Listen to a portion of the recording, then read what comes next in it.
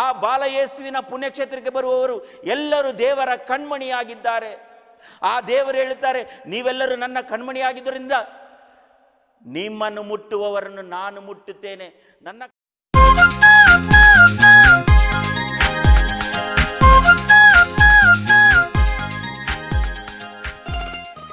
ಪ್ರಭು ಕ್ರಿಸ್ತರಲ್ಲಿ ನನ್ನ ಪ್ರೀತಿಯ ಸಹೋದರ ಸಹೋದರರೇ, ಬಾಲಯೇಸುವಿನ ವಾರ್ಷಿಕೋತ್ಸವದ ಆಚರಣೆಯಲ್ಲಿ ನಾವಿದ್ದೇವೆ. ನಿಮ್ಮೆಲ್ಲರನ್ನು 3ನೇ ದಿನದ ಧ್ಯಾನಕ್ಕಾಗಿ ಆದರದಿಂದ ಸ್ವಾಗತಿಸುತ್ತಿದ್ದೇನೆ. ಇಂದಿನ ಧ್ಯಾನದ ಅಂಶವಾಗಿದೆ ಯೆಶಾಯ ಪ್ರವಾದಿ 40ನೇ ಅಧ್ಯಾಯ ವಾಕ್ಯ 29ರಲ್ಲಿ ಹೇಳುವ ಹಾಗೆ, ದಯಪಾಲಿಸುವನಾತ ಬಲಾಭಿವೃದ್ಧಿಯನ್ನು, ನೀಡುವನಾತ ಚೈತನ್ಯವನ್ನು ನಿತ್ರಾಣನಿಗೆ. ಆ ದೇವರು ದಯಾಮಯ ದೇವರು ನಮಗೇಕೆ ಬಲಾಭಿವೃದ್ಧಿಯನ್ನು ದಯಪಾಲಿಸಬೇಕು? ಆ ದೇವರು ನಮಗೇಕೆ ಚೈತನ್ಯವನ್ನು ನಿತ್ರಾಣನಿಗೆ ನೀಡಬೇಕು ಎಂಬುದನ್ನು ಸ್ವಲ್ಪ ನಾವು ಧ್ಯಾನಿಸಿ ನೋಡಿದರೆ ಇದರಲ್ಲಿ ನಮಗೆ ಅರ್ಥವಾಗುತ್ತದೆ. ಆದಿಕಾಂಡದಲ್ಲಿ 1ನೇ ಅಧ್ಯಾಯದಲ್ಲಿ 27 ಮತ್ತು ವಾಕ್ಯ 28 ಹೇಳುವ ಹಾಗೆ, ದೇವರು ನಮ್ಮನ್ನು ಮನುಷ್ಯನನ್ನು ತಮ್ಮದೇ ಆದ ಸ್ವರೂಪದಲ್ಲಿ ಸೃಷ್ಟಿ ಮಾಡಿದ್ದಾರೆ. ಅವರ ದೈವ ರೂಪದಲ್ಲಿ ನಮ್ಮನ್ನು ಸೃಷ್ಟಿ ಮಾಡಿದ ನಂತರ ಅವರು ಹೇಳುತ್ತಾರೆ, ಅಭಿವೃದ್ಧಿಯನ್ನು ಪಡೆಯಿರಿ, ಅದು ಸಹ ಆಶೀರ್ವದಿಸಿ ಅಭಿವೃದ್ಧಿಯನ್ನು ಪಡೆಯಿರಿ ಎಂದು ಹೇಳುತ್ತಾರೆ. ಹೌದು ಪ್ರಿಯರೇ, ಆದುದರಿಂದ ದೇವರು ನಾವೆಲ್ಲರೂ ಅಭಿವೃದ್ಧಿಯಾಗಬೇಕೆಂದು ಅವರ ಆಶೆಯಾಗಿದೆ. ಅವರ ನಿಜವಾದ ನಮ್ಮ ಮೇಲೆ ಅಕ್ಕರೆಯಾಗಿದೆ, ಆಸರೆಯಾಗಿದೆ. ಇದನ್ನು ನಾವು ಮತ್ತೆ ಧ್ಯಾನಿಸಿ ನೋಡುವಾಗ ವಿಮೋಚನಾ ಕಾಂಡದಲ್ಲಿ 19ನೇ ಅಧ್ಯಾಯ ವಾಕ್ಯ 4ರಲ್ಲಿ ನಾವು ನೋಡುತ್ತೇವೆ, ದೇವರು ನಮ್ಮನ್ನು ಆಯ್ಕೆ ಮಾಡಿಕೊಂಡಿದ್ದಾರೆ. ನಮ್ಮನ್ನೆಲ್ಲರನ್ನು ಆಯ್ಕೆ ಮಾಡಿಕೊಂಡು ಯಾಜಕ ವಂಶದವರನ್ನಾಗಿ ಮಾಡಿದ್ದಾರೆ, ಪರಿಶುದ್ಧ ಜನಾಂಗವನ್ನಾಗಿ ಮಾಡಿದ್ದಾರೆ.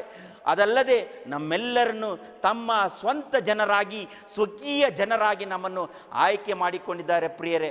ಆದುದರಿಂದಲೇ ಆ ದಯಾಮಯ ದೇವರು ನಾವೆಲ್ಲರೂ ಅಭಿವೃದ್ಧಿ ಹೊಂದಬೇಕೆಂದು ಹೇಳುತ್ತಾರೆ. ಹೌದು ಪ್ರಿಯರೇ, ನಾವು ಅಭಿವೃದ್ಧಿ ಹೊಂದಬೇಕಾದರೆ ಆ ದೇವರು ನಮ್ಮೊಂದಿಗಿರಬೇಕು, ಆ ದೇವರು ನಮ್ಮೊಂದಿಗೆ ಜೀವನವನ್ನು ಮಾಡಬೇಕು, ಆ ದೇವರು ನಮ್ಮನ್ನು ಆಶೀರ್ವದಿಸಬೇಕು. ಆದುದರಿಂದ ದೇವರು ನಮ್ಮನ್ನು ಕೈ ಬಿಟ್ಟರೆ ಏನಾಗುತ್ತದೆ? ಈ ಬಲವುಳ್ಳವನು ಬಲಹೀನನಾಗುತ್ತಾನೆ, ಜ್ಞಾನವುಳ್ಳವನು ಅಜ್ಞಾನಿಯಾಗುತ್ತಾನೆ, ಶಕ್ತಿಯುಳ್ಳವನು ಅಶಕ್ತಿಯಾಗುತ್ತಾನೆ. ಅದೇ ದೇವರು ನಮ್ಮೊಂದಿಗೆ ಜೀವಿಸಿದರೆ, ನಮ್ಮೊಂದಿಗೆ ಬಾಳಿದರೆ, ನಮ್ಮನ್ನು ಹರಿಸಿದರೆ ಅಜ್ಞಾನಿಗಳು ಜ್ಞಾನವಂತರಾಗುತ್ತಾರೆ, ಬಲಹೀನರು ಬಲಶಾಲಿಯಾಗುತ್ತಾರೆ. ಹೌದು ಪ್ರಿಯರೇ, ಶಕ್ತಿ ಇಲ್ಲದವರು ಶಕ್ತಭರಿತವಾಗುತ್ತಾರೆ. ಇದನ್ನು ನಾವು ಧ್ಯಾನಿಸಿ ನೋಡೋಣ.